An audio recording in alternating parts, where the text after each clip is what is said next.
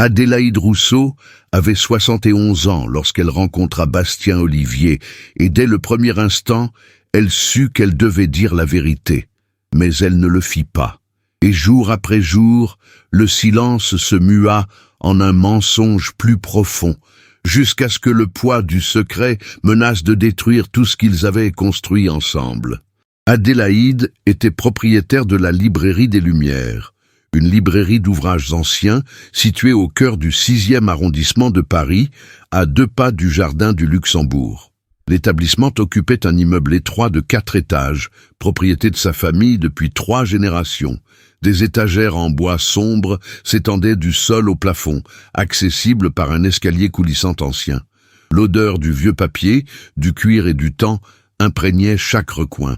C'était un lieu où les collectionneurs avertis venaient dénicher des éditions originales rares, où les universitaires découvraient des manuscrits obscurs, où les amoureux des livres pouvaient passer des heures à s'imprégner de cette atmosphère chargée de savoir. C'était une femme élégante, d'une élégance discrète. Ses cheveux blancs étaient relevés en un chignon lâche, quelques mèches s'échappant toujours pour encadrer son visage.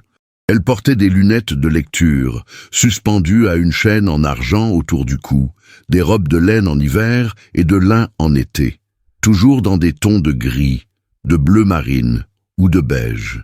Ses mains étaient délicates et pourtant fortes, ses longs doigts parfois tachés d'encre par la manipulation de vieux livres.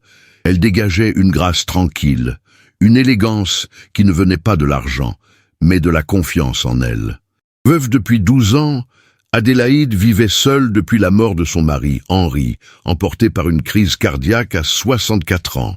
Leur mariage avait été long et généralement heureux, quoique peu passionné. Henri était professeur de littérature à la Sorbonne. Il partageait avec Adélaïde son amour des livres, mais guère plus. Il n'avait pas d'enfant, un regret de jeunesse qu'elle avait fini par accepter. La librairie était devenue son enfant, son héritage, sa raison d'être. Bastien Olivier avait 26 ans lorsqu'il entra pour la première fois à la librairie des Lumières, à la recherche d'une édition précise de Baudelaire pour sa thèse de doctorat sur la poésie française du XIXe siècle. Étudiant à l'école normale supérieure, il était considéré comme un enfant prodige par ses professeurs, promis à une brillante carrière universitaire. Grand et maigre, les épaules voûtées à force de passer trop de temps penché sur les livres, il avait des cheveux noirs en désordre et des yeux marron foncé toujours un peu hantés, comme s'ils en voyaient plus qu'ils ne le devaient. Il y avait chez Bastien une fragilité qui toucha immédiatement Adélaïde d'une manière presque maternelle. La façon dont ses mains tremblaient légèrement lorsqu'il manipulait des livres rares, comme s'il craignait de les abîmer. La façon dont il parlait de poésie avec une révérence, frôlant le religieux. Mais il y avait aussi en lui une profonde solitude qu'elle reconnaissait, car elle faisait écho à la sienne. Ce premier jour, ils discutèrent des heures durant. Adélaïde possédait non seulement le livre qu'il cherchait, mais aussi une connaissance encyclopédique de l'époque, de Baudelaire en particulier, et du contexte littéraire qui éclairait l'œuvre d'une manière que Bastien n'avait pas envisagée. Assis sur le tabouret en bois de son minuscule bureau au fond de la librairie, il était complètement absorbé par ses propos, posant des questions pertinentes qui l'incitaient à approfondir sa réflexion. Quand la boutique ferma à 7 heures du soir, Bastien était encore là. Adélaïde, cédant à une impulsion qu'elle ne comprenait pas tout à fait, lui proposa de dîner. Il y avait un petit bistrot au coin de la rue où elle avait ses habitudes. Bastien hésita, puis accepta avec un sourire timide qui illumina son visage sombre d'une expression presque séduisante. Pendant le dîner, ils ont cessé de parler de littérature pour aborder des sujets plus généraux. Bastien a évoqué son enfance à Lyon, au sein d'une famille ouvrière qui ne comprenait pas pourquoi il gaspillait sa vie à étudier de la poésie en poulet. Son père, mécanicien, souhaitait que son fils reprenne l'atelier. Sa mère, secrétaire, rêvait qu'il devienne avocat ou médecin, un métier concret. Lorsque Bastien a annoncé son désir d'étudier les lettres, une rupture s'est opérée, une rupture qui ne s'est jamais vraiment refermée. Désormais, ils se parlaient à peine. Adélaïde écoutait avec empathie, mais lorsque Bastien l'interrogea sur sa propre famille, elle répondit de façon vague. Elle dit avoir grandi à Paris, que la librairie appartenait à sa famille depuis des générations, qu'elle avait été mariée, mais que son mari était décédé. Tu n'as rien mentionné d'autre. Surtout pas le secret que tu portais, ce secret qui liait ta vie à celle de Bastien d'une manière qu'il ne pouvait imaginer.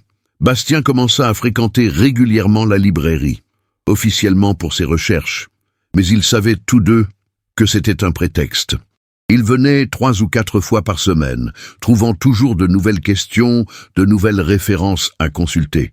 Adélaïde trouvait toujours du temps pour lui, annulant d'autres rendez-vous, fermant la librairie plus tôt, trouvant des raisons de prolonger leur conversation. L'attirance s'est installée si graduellement qu'aucun d'eux ne s'en est aperçu avant qu'il ne soit trop tard. Tout a commencé par des effleurements fortuits, des doigts qui se frôlent en tournant un livre, des épaules qui se touchent lorsqu'ils se penchent sur un vieux manuscrit, des mains qui se frôlent un instant. Puis sont venus les regards qui s'éternisaient. La façon dont Bastien observait Adélaïde quand elle ne le regardait pas, étudiant les traits de son visage comme s'il s'agissait d'un texte précieux. La façon dont Adélaïde trouvait des prétextes pour lui toucher le bras en cousant, pour ajuster sa cravate quand elle était de travers. C'est Bastien qui, le premier, comprit ce qui se passait. Par un après-midi pluvieux d'octobre, alors que tous les autres clients étaient partis et que le silence régnait dans la boutique, hormis le tambourinement de la pluie contre les vitres, il dit simplement « Je suis en train de tomber amoureux de toi ». Ce n'était ni une question, ni une déclaration théâtrale, juste un constat, énoncé avec la même précision qu'il appliquait à l'analyse littéraire. Adélaïde aurait dû l'arrêter immédiatement. Elle aurait dû dire qu'il était trop jeune, qu'elle était trop vieille, que c'était impossible. Plus important encore, elle aurait dû révéler le secret à ce moment-là, avant que les choses n'aillent trop loin. Mais au lieu de cela, elle a dit la vérité la plus dangereuse. Moi aussi. Ils devinrent amants cette nuit-là dans le petit appartement d'Adélaïde, au-dessus de la librairie. C'était étrange, tendre et totalement inattendu. Bastien était doux d'une manière qui surprit Adélaïde, la touchant comme si elle était précieuse. Elle, de son côté, lui apportait des décennies d'expérience, lui enseignant sans un mot la patience et l'attention. Lorsqu'ils finirent par s'endormir, enlacés dans son lit étroit, Adélaïde resta éveillée des heures durant, sachant qu'elle devait dire la vérité, mais incapable de trouver les mots. Le secret qu'Adélaïde cachait était le suivant. Elle connaissait Bastien depuis avant sa naissance. Elle connaissait très bien sa mère, Sylvie Olivier, car 45 ans auparavant, quand Adélaïde avait 26 ans et Sylvie 18, elles avaient été amantes. L'histoire se déroula un été à Nice, où Adélaïde passait ses vacances et travaillait temporairement dans une librairie en bord de mer. Sylvie, une jeune fille du coin issue d'une famille modeste, était serveuse pour subvenir aux besoins de sa famille. Elles se rencontrèrent, tombèrent amoureuses avec l'intensité d'un jeune été et vécurent 3 mois d'une romance secrète et passionnée. C'était les années 70, et même dans une France relativement progressiste, les relations lesbiennes étaient cachées, chuchotées, niées. À la fin de l'été, Adélaïde est rentrée à Paris. Sylvie lui a promis de venir la voir, qu'elle trouverait un moyen de se revoir. Mais ensuite, les lettres ont cessé d'arriver. Adélaïde a essayé d'appeler, mais le numéro que Sylvie lui avait donné était hors service. Elle est retournée à Nice, des mois plus tard, mais Sylvie avait disparu.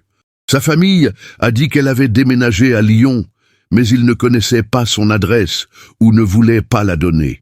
Adélaïde n'oublia jamais Sylvie. Elle avait été son premier véritable amour, et lorsque leur histoire s'était terminée si brutalement, quelque chose en elle s'était éteint. Elle finit par épouser Henri, par obligation, parce qu'il était gentil et rassurant, parce que l'amour passionné n'était manifestement pas fait pour elle. Mais elle garda le souvenir de Sylvie précieusement enfoui dans son cœur pendant 45 ans. Et voilà que, par un cruel hasard ou un destin pervers, elle était amoureuse du fils de Sylvie. Bastien avait le regard de sa mère, cette même intensité hantée. Il avait sa sensibilité, cette même façon de percevoir la beauté là où d'autres ne voyaient que des mots. Quand Adélaïde le regardait, elle y voyait l'écho de la femme qu'elle avait aimée des décennies auparavant. Elle aurait dû le lui dire immédiatement. Mais comment expliquer? Comment avouer au jeune homme dont elle tombait amoureuse qu'elle avait intimement connu sa mère des décennies auparavant? Qu'elle se souvenait de son corps, de ses soupirs, de ses promesses? Que peut-être une partie de l'attirance qu'ils éprouvaient était l'écho d'un amour perdu depuis longtemps. Alors Adélaïde garda le silence. Et chaque jour qui passait sans rien lui dire rendait la révélation plus difficile. Comment expliquer ce silence? Ce mensonge par omission? Bastien lui faisait une confiance aveugle. Si j'avais su qu'elle avait dissimulé quelque chose d'aussi fondamental dès le départ, cette confiance aurait été anéantie. Les mois passèrent et leur relation s'approfondit. Bastien vivait désormais pratiquement chez Adélaïde, ne conservant qu'une petite chambre près de l'université pour les occasions spéciales. Ils construisirent une vie à deux. Des petits déjeuners partagés en lisant le journal, des soirées de lecture en silence, une intimité qui s'affirma peu à peu. Bastien achevait sa thèse. Adélaïde l'aidait dans ses recherches, lui faisant bénéficier de ses décennies d'expérience. Le bonheur d'Adélaïde était constamment teinté de culpabilité. Elle savait qu'elle vivait dans le mensonge. Chaque fois que Bastien évoquait sa mère, ce qui était rare car leur relation était tendue, Adélaïde ressentait une pointe de culpabilité et de peur. Elle voulait prendre des nouvelles de Sylvie, savoir comment elle allait, si elle était heureuse, si elle avait reparlé de l'été à Nice. Mais elle ne pouvait pas poser ces questions sans révéler le motif de son intérêt. Le point de rupture est survenu de façon inattendue.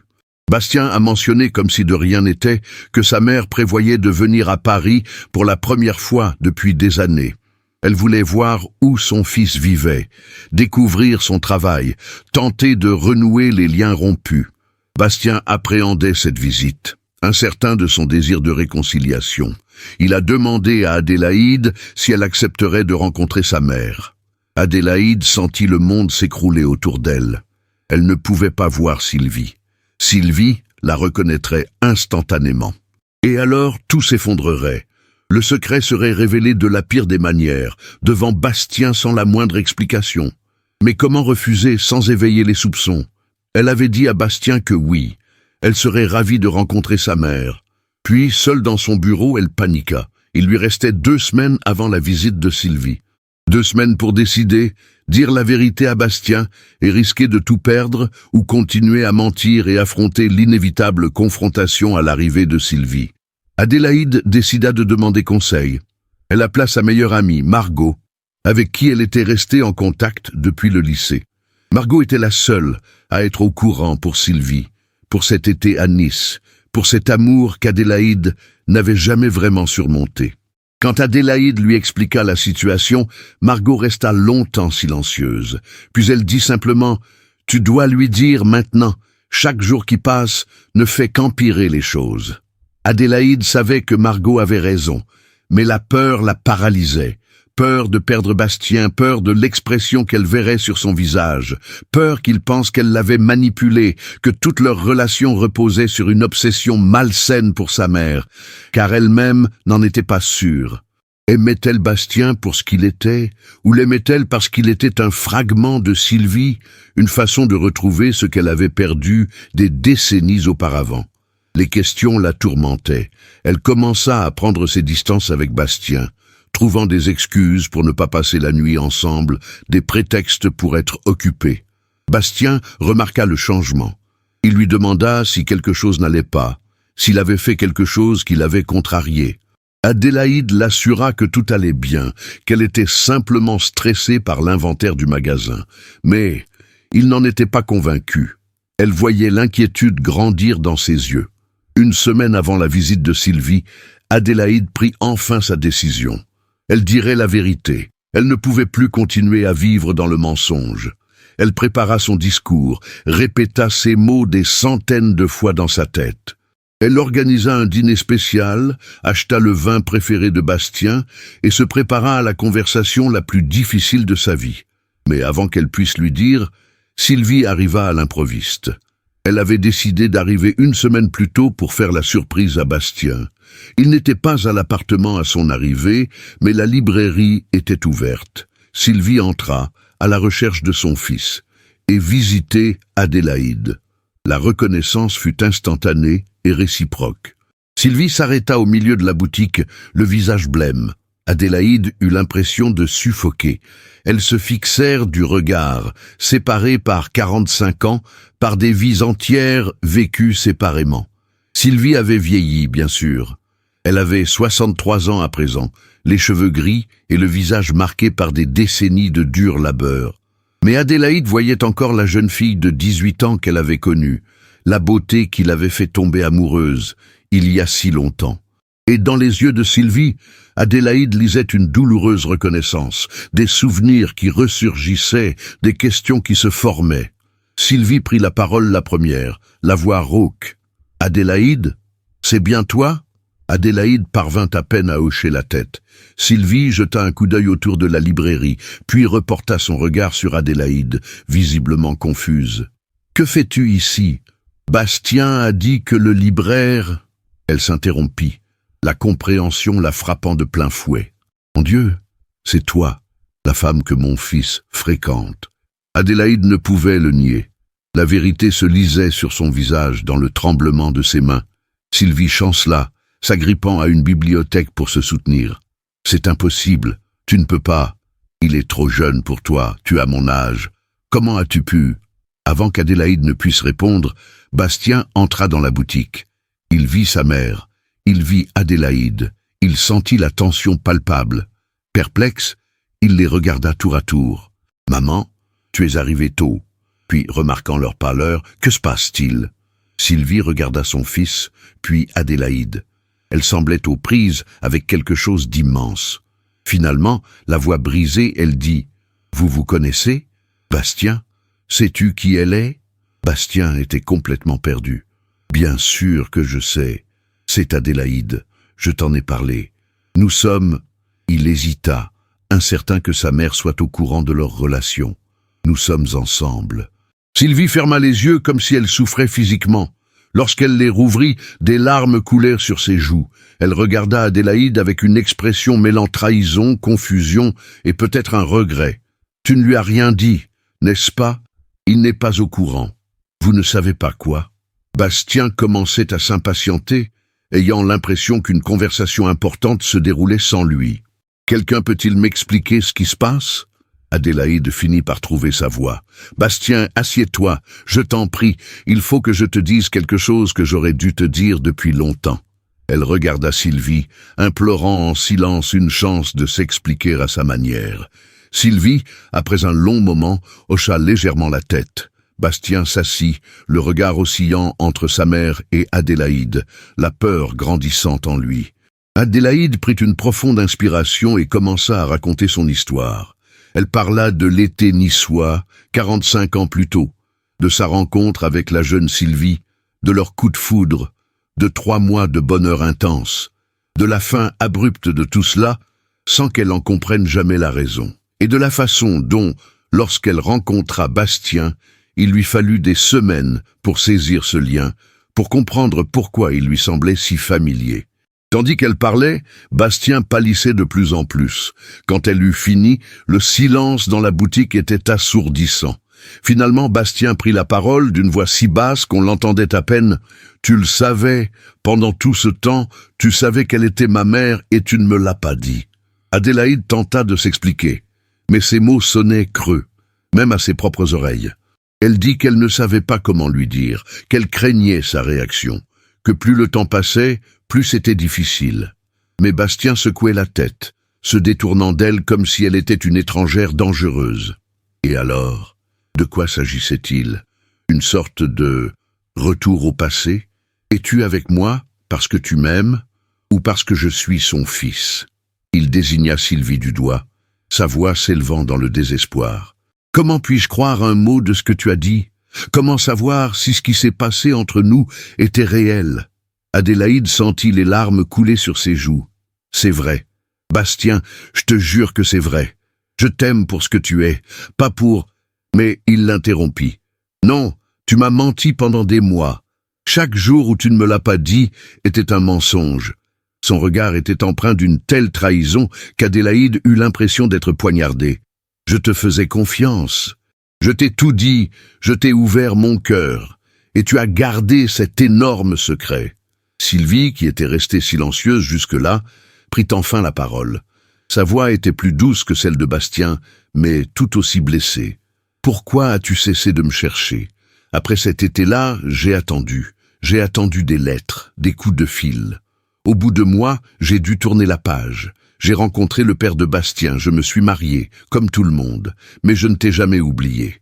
Et maintenant, j'apprends que tu es avec mon fils. » Adélaïde regarda Sylvie, y lisant la douleur. « J'ai cherché, je suis retourné à Nice, j'ai essayé de te retrouver, mais tu avais disparu. » Sylvie secoua la tête avec amertume. « Ma famille m'a chassé. Quand je leur ai dit que j'étais amoureuse d'une femme, ils m'ont donné 2 jours pour faire mes valises. Je suis parti à Lyon, j'ai changé de nom, j'ai tout recommencé. Tu n'aurais pas pu me retrouver parce que je ne voulais pas qu'on me retrouve. » Les révélations s'enchaînaient comme un effet domino. Bastien découvrit non seulement qu'Adélaïde avait connu sa mère, mais aussi que celle-ci était homosexuelle. Un secret qu'elle n'avait jamais évoqué. Sylvie découvrit que l'amour qu'elle avait perdu des décennies auparavant se trouvait désormais auprès de son fils. Et Adélaïde dut faire face aux conséquences de mois de silence. Bastien quitta la librairie sans se retourner. Sylvie le suivit après avoir jeté un dernier regard à Adélaïde, dont l'expression restait indéchiffrable. Adélaïde se retrouva seule dans la boutique vide, entourée de milliers de livres, chacun racontant l'histoire d'autres personnes. Mais aucune histoire ne semblait aussi douloureusement complexe que la sienne. Les jours suivants furent les pires de la vie d'Adélaïde.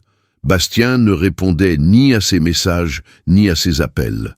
Elle se rendit à son appartement près de l'université, mais il refusa d'ouvrir. À travers la porte close, il murmura seulement « J'ai besoin de temps. S'il te plaît, laisse-moi du temps. » Adélaïde respecta sa demande, même si chaque jour sans lui était une torture. Elle fonctionnait en pilote automatique, ouvrant et fermant la boutique, s'occupant des clients avec une politesse mécanique, mais intérieurement, elle s'effondrait. Margot venait la voir tous les soirs, lui apportant de la nourriture qu'Adélaïde touchait à peine, un réconfort qu'elle ne pouvait apaiser. 2 semaines après la confrontation, Adélaïde reçut une lettre, non pas de Bastien, mais de Sylvie. Les mains tremblantes, elle l'ouvrit. La lettre était longue et d'une honnêteté bouleversante. Sylvie y évoquait les 45 dernières années, son mariage malheureux, le sentiment constant de vivre la vie d'une autre. Elle parlait de Bastien, de sa sensibilité exacerbée, des craintes qu'elle nourrissait à son égard. Et elle parlait d'Adélaïde, de ne jamais l'avoir vraiment oubliée, de cet été à Nice qui restait son souvenir le plus précieux, malgré tout. Mais Sylvie a ensuite écrit quelque chose qui a fait pleurer Adélaïde. Je ne sais pas si je peux lui pardonner de ne rien avoir dit à Bastien, mais je comprends pourquoi elle ne l'a pas fait. Parce que j'aurais fait pareil.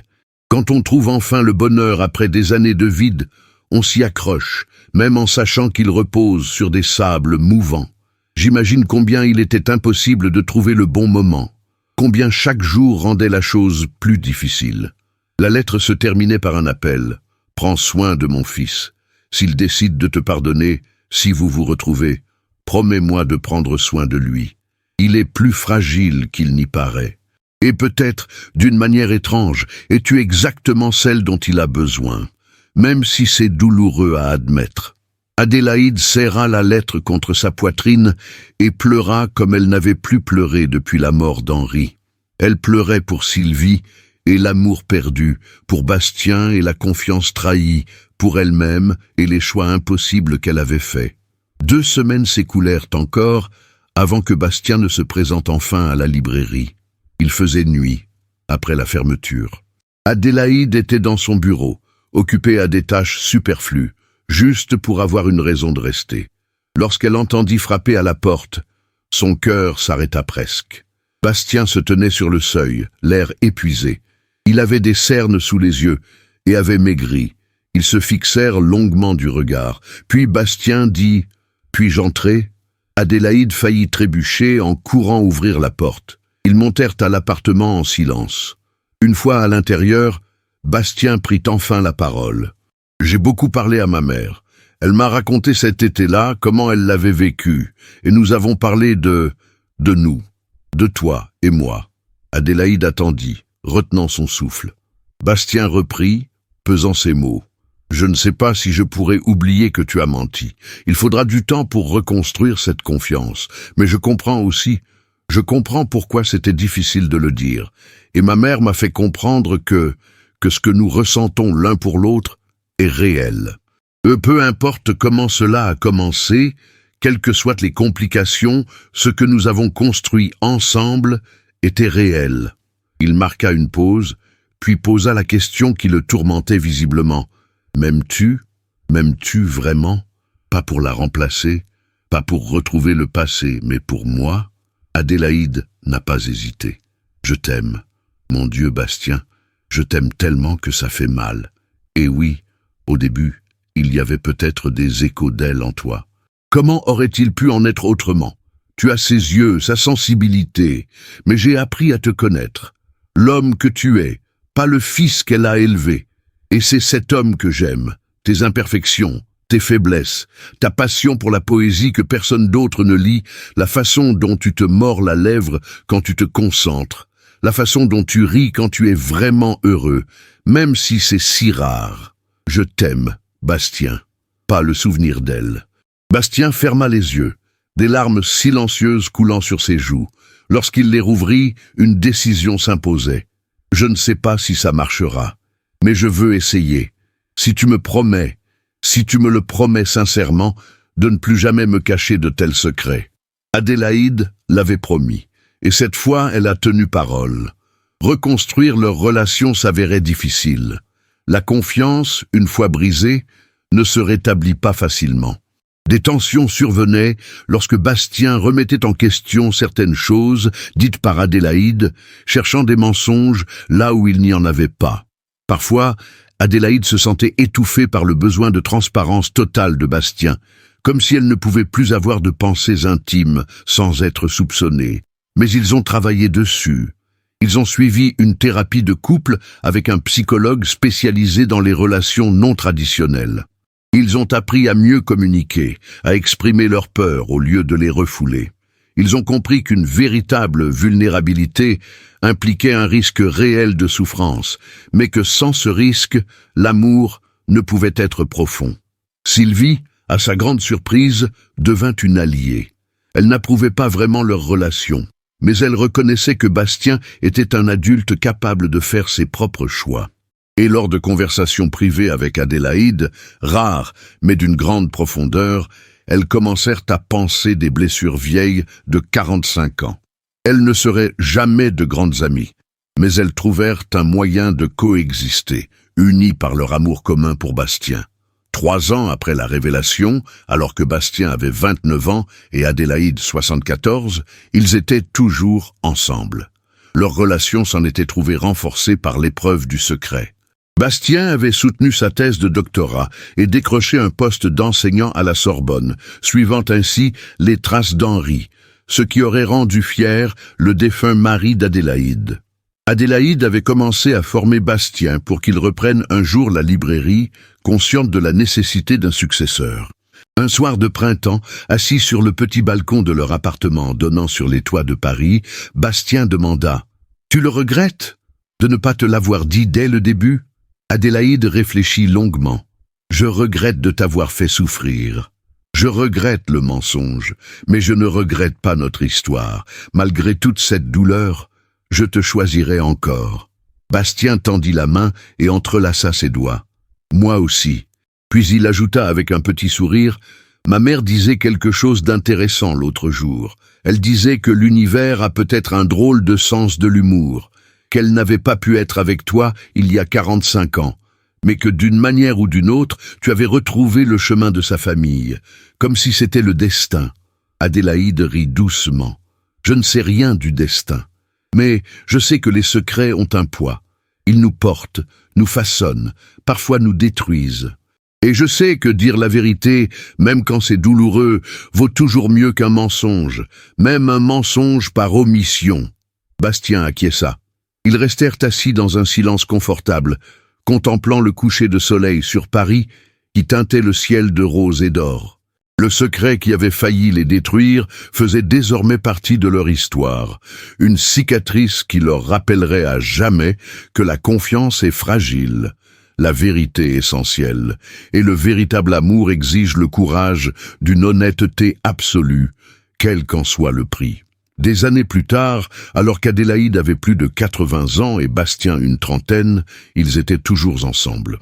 Sylvie leur rendait visite de temps à autre, et tous trois partageaient des dîners étranges, mais empreints d'une véritable affection, où passé et présent coexistaient de manière à la fois inconfortable et paisible. Quand Adélaïde s'éteignit enfin à l'âge de 86 ans, Bastien était à ses côtés. Ses dernières paroles furent « Merci de m'avoir pardonné. Merci de m'avoir donné la chance de t'aimer vraiment, sans secret. » Et Bastien, lui tenant la main, murmura « Merci de m'avoir appris que la vérité, si douloureuse soit-elle, vaut toujours mieux qu'un mensonge plus confortable. » La librairie a été transmise à Bastien, comme prévu. Sur le mur de son bureau, il avait accroché 2 photos, l'une d'Adélaïde, septuagénaire, souriant rarement mais sincèrement. L'autre, offerte par Sylvie, de 2 jeunes femmes sur une plage de Nice, enlacées, le regard rempli d'espoir et d'amour. Sa mère et Adélaïde, 45 ans plus tôt, avant que leur vie ne se complique. C'était un rappel que l'amour revêt des formes étranges et complexes, que les secrets peuvent presque détruire, mais aussi révéler des profondeurs insoupçonnées, et que le pardon, bien que difficile, est possible lorsque l'amour est suffisamment réel pour survivre à la vérité.